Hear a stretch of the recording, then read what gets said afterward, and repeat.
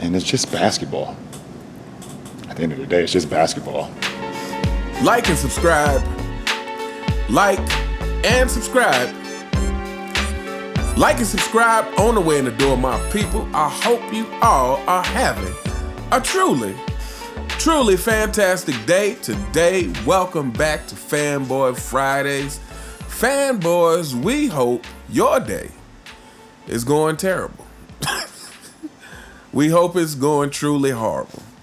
You see the title of the video. This video right here is going to be another sort of rant-ish, kind of, but it's just something I've been thinking about lately, you know, as you dig more into the career of LeBron James and how he goes about things. As a matter of fact, I stopped on the live stream with Angry Old Hoots and Sports and Fitness Rants.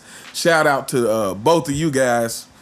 And I was kind of actually started talking about this on their show because I knew I was going to do this video.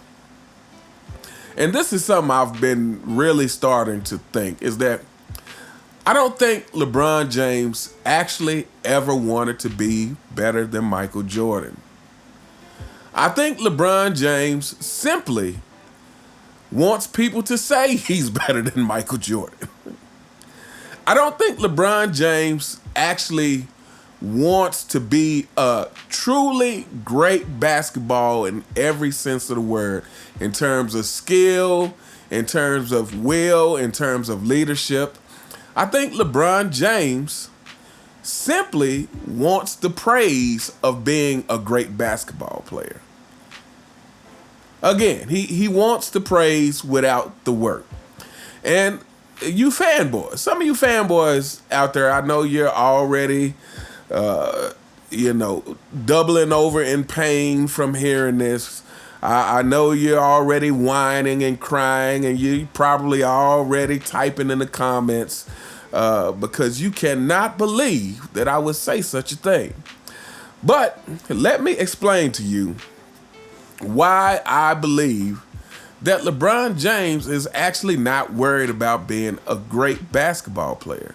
LeBron James, to me, actually is not worried about actually being a winner. In the true sense of the word, in the sense of being a competitor. Again, LeBron James, yes, does he want to win? Yes, but it's not so he can actually prove and compete that he's actually better than the best. It is actually so he can get the praise. So people will say, oh, look at LeBron James, he's so great. You know, like you fanboys love to do. And why do I say this? Because if you look at LeBron James' career, everything about it screams that he's more interested in convincing people he's the GOAT than actually earning it. First of all, Clutch Sports. Fanboys, the existence and the way that Clutch Sports goes about business, for you guys to be able to support this guy who, you know, basically started a media company. I mean, I thought Clutch Sports was supposed to be a agent, a talent agent,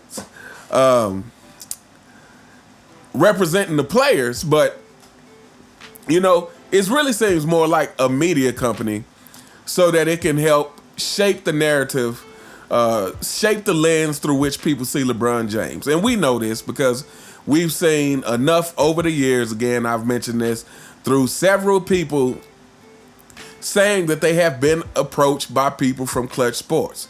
You know, Kendrick Perkins, Stephen A. Smith, of course, Shannon Sharp is a member of the CFL, and which so is Kendrick Perkins. But, you know, anytime someone says anything that Clutch doesn't want them to say,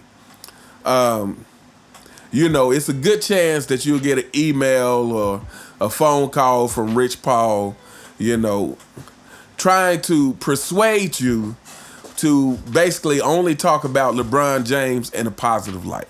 We all know this. This is not news. But here's the reality of the situation. A real competitor lets his game do the talking. It's like LeBron James goes about things as if he's running a campaign for the GOAT when the campaign takes place on the court. That's where you run your campaign, on the court. That's where you persuade people to vote for you, is on the court. But here's the thing about that is what actually requires the most work to do. That is what requires you to do more than just keep yourself in shape. Because again, and I'm going to say this too. Fanboys, I know you're not going to like this video. But this whole longevity thing, to me, is another easy way out for LeBron. It's another shortcut, at least so he thinks, to get to the GOAT debate. Instead of working intensely to work on his game and make sure that his game matches up to the greats like Kobe, like Magic, like Larry, and like a bunch of other players, the list goes on and on. Instead of working intently on his game, which takes a different level of dedication than just working out. I think we can all agree on this. I think we can all agree that to work on the nuances of your game, to really work on your shooting form, to really work on an array of different moves, to really work on having a signature move that you can get off no matter what, no matter when. Those things take more dedication and work than the simple repetition of working out to keep yourself in shape. Those things take a different level of dedication than working out just to keep your body in shape, especially if you believe, like they say, like LeBron James just has good genetics, and I do believe that to a certain extent, but I also believe the allegations. So again, if you take all this into consideration, to me, this whole longevity thing, this whole overemphasis on keeping himself in shape is yet another shortcut, to try to keep from traveling down the original path to being the greatest of all time. The original path to greatness, which is how good are you on the basketball court? Not how long you play. How good are you from game to game? How consistent are you from game to game? How great of a leader are you? How determined are you? So yeah, like I said, LeBron James and Clutch Sports, this whole thing is suspect. To me, this is one sign that points to the fact that LeBron James is more concerned with people saying he's the GOAT than actually putting in the work to be great enough that people will say it on their own. Another thing is LeBron continuously goes against the narratives that are out there, the excuses that are out there about why he hasn't been able to succeed on the same level of a Michael Jordan. He continuously goes against these excuses. First of all, let's talk about the first time he left Cleveland. The last 2 seasons before he left Cleveland, what was that? The 09 and 010 with Coach Mike Brown. The Cavaliers won 60+ games. Now, shout out to self-research NBA basketball facts. Apologize if I got the name wrong. I think self-research basketball facts.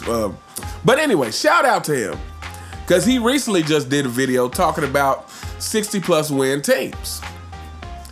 And correct me if I'm wrong, if you happen to see this video, but I think he said it's like 20-something teams in the history of the NBA have had consecutive 60+ win seasons. LeBron James is one of those teams. With Mike Brown, the never having a great coach, LeBron James,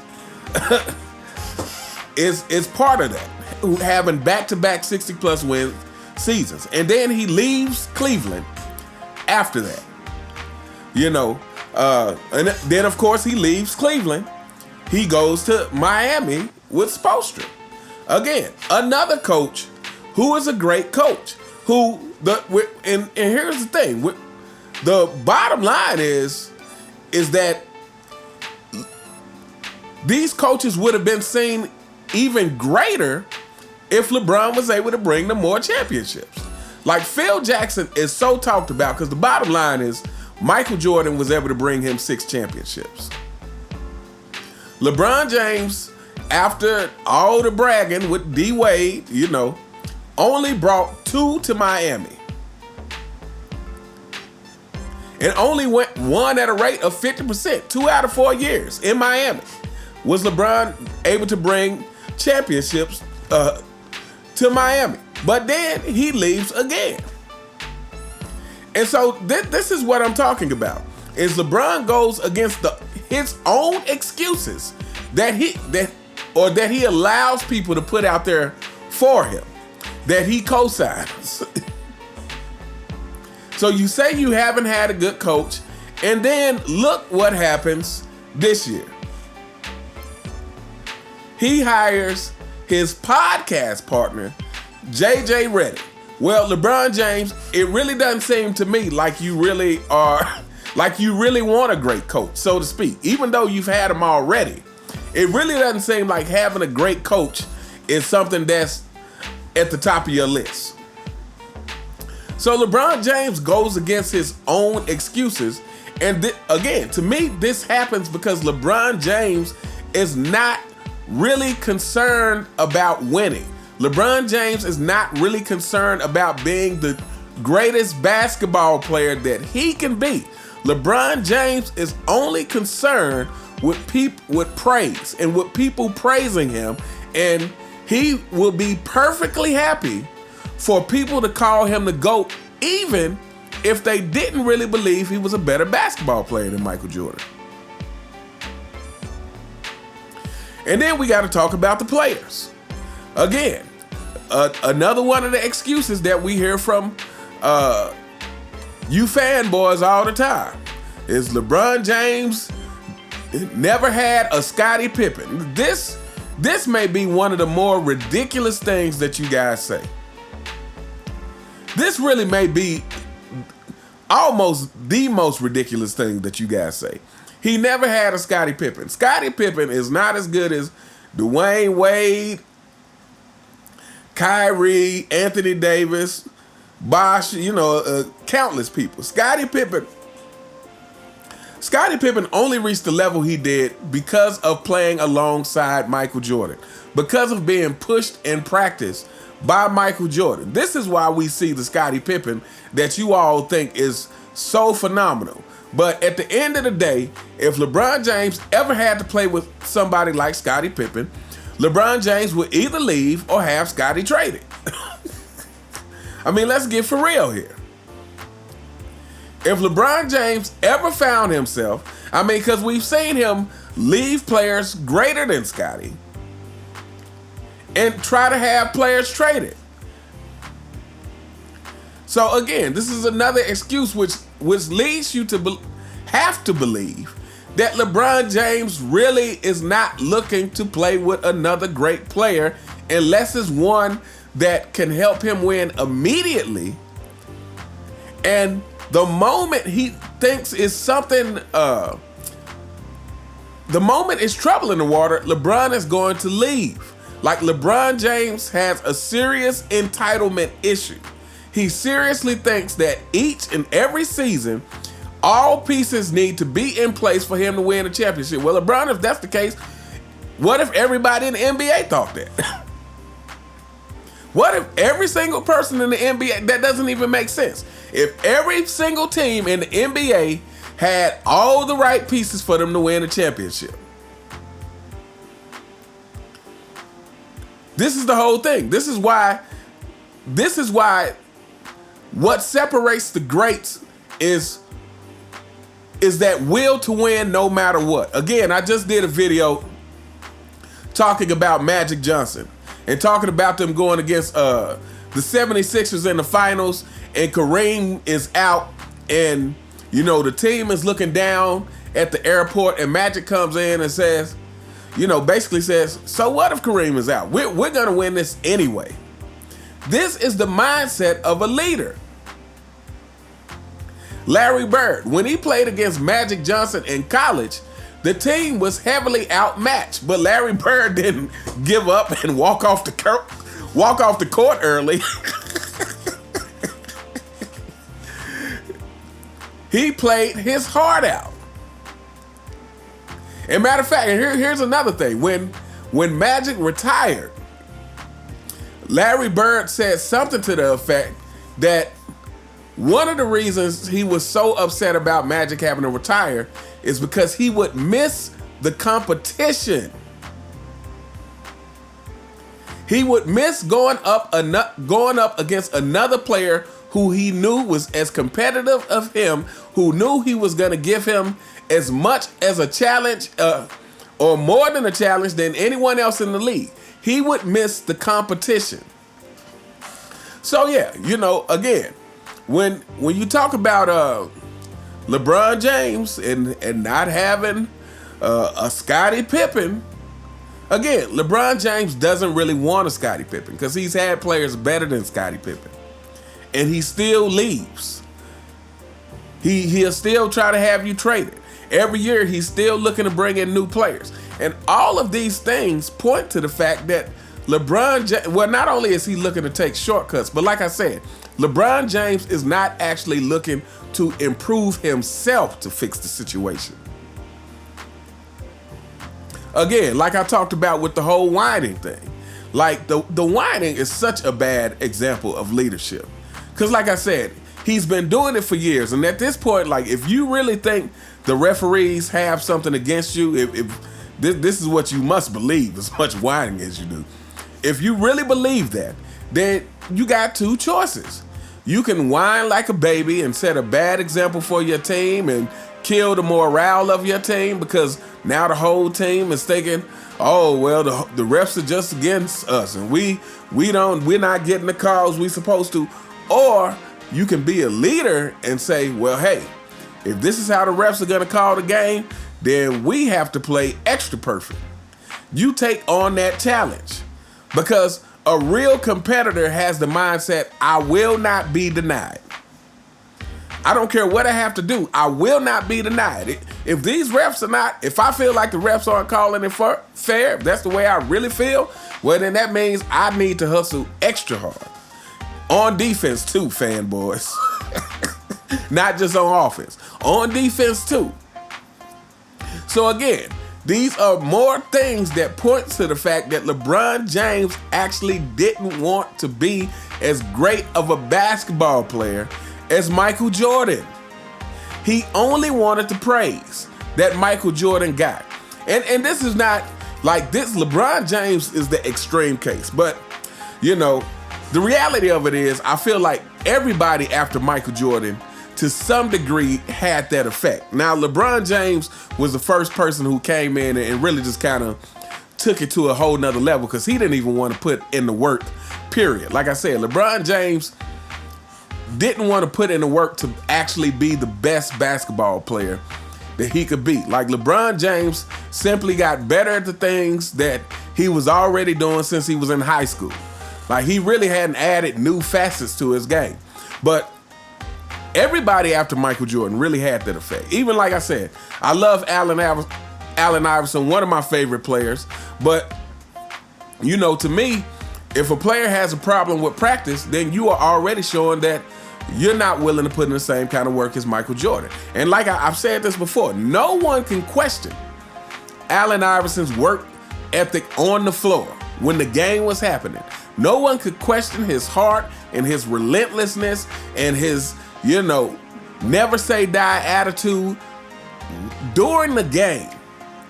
But again, like I said, if you are not willing to practice how Michael Jordan practiced, then you are still missing the point. You are still, like Michael Jordan said in the commercial, maybe I made you think my game was built on flash and not fire. You only saw the flashy things. You didn't see the amount of work I was putting in. And like I said, to me, the only person who really understood this after Michael Jordan It's Kobe. Kobe understood what it would take to get to that level. And that's why even amongst all the other greats of that era, even amongst the Allen Iversons and the Tracy McGrady's and other people who came, and even the influence that he's had, since then on the Kyrie Irvings, that's why Kobe had the respect. That's why Kobe had the respect. It's because he actually put in the work. And everybody knew it. Everybody saw it. And so Kobe got the respect, fanboys, that your king so desperately seeks that he can't get. And fanboys, look, here's a question for you guys. Here's a serious question for you guys. What is it about your king that so many people dislike him? This is what you guys need to ask yourselves. What is it about LeBron James? Because we've had many players in the NBA, and I don't recall any player receiving this amount of dislike. And here's another example. Kobe. When Kobe caught that case, a lot of people, turned on Kobe. Even though he was found innocent, a lot of people turned on Kobe. But here's the thing, is what you couldn't deny, and this is why I think Kobe won a lot of people back, is because of how he was playing still. He still was delivering on the court. He still was giving his all on the court. That will win people back. And see, and this is really the long and short of it, is you can win people over by your actions on the court. The reason LeBron James, in addition to his antics, but his antics are really his antics are really an extension of the stuff he does on the court. But you can win people over with your play on the court, or you can turn people off by how you play on the court. And this is why a lot of people do not like LeBron James. It is the thing, how he goes about things on the court, and like I said, and how he goes about things on the court is extended to the kind of stuff that he does off the court. Like flopping is cheating, so it should be no surprise for everyone when LeBron James will get on a press conference and lie and say, I don't even know what flopping is. Yeah, maybe I need to learn how to flop. Yeah, I'm serious, throw my head back. But it should be no surprise that LeBron James would lie dead to everyone's face because he flops. Again, the things he do that's despicable on the court, they extend off the court. But it starts on the court. This is why LeBron James isn't liked. All of the whining. All of that whining, it should be no surprise that, he makes excuses for losing games. We haven't been healthy the whole season. I was playing with a broken hand the whole time. But I woke up on the wrong side of the bed this morning. So, it was really hard to get motivated. But, but at least I always make the right place. And no matter if I wake up on the wrong side of the bed or not. It should be no surprise that this guy has endless excuses based on what he does on the court. And I think this is really the whole thing. And this is why I say LeBron James is more obsessed with praise than he is actually being as good of a basketball player as Michael Jordan or Kobe Bryant for that matter. And I think it started, with him in high school. He got so much praise in high school. He got so many things handed to him coming in the NBA. And shout out to Angry Old Hoops, because he asked this question when I came onto the live with him and Sports and Fitness Rants. And I actually kept pondering that even after the live. But he said something to the effect that, do you think LeBron James even had time to sit down and think about what greatness actually is, or what it means to be great. And I think initially I said, well, I think it wasn't in him to begin with, and I do believe that. But even just thinking about it further, I agree that, because he got so much praise out of high school, and because I would go as far as to say he probably didn't have maybe a real mentor to sit down and talk to him about this kind of thing.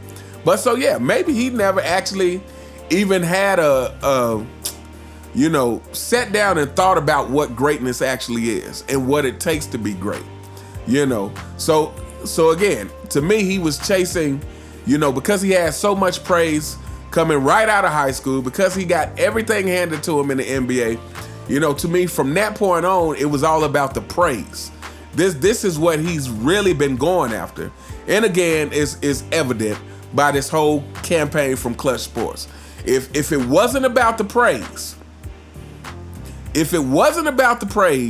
no one would be getting phone calls from Clutch Sports because they tell their honest opinion about LeBron James. And that's really just the long and short of it. If it wasn't about the praise, no one would be getting phone calls from Clutch Sports because they had an opinion about an unfavorable opinion about LeBron James. And that's kind of the long and short of it. But anyway, we are going to hold up here. Let me know what you guys think in the comments. Do you think that LeBron James ever actually wanted to be the best basketball player that he could be? Do you think that when he was thinking about chasing the GOAT, that he was actually thinking about being a better basketball player than Michael Jordan? Or do you believe he was actually chasing the praise that Michael Jordan had, and that's what he actually wants? He wants the praise. He wants to be looked at as the GOAT, not because he will feel some sort of satisfaction in the sense of like, I did it, I worked on my game, and now I can say that I can play basketball better than Michael Jordan. He wants the praise in the sense that, that it feeds his ego.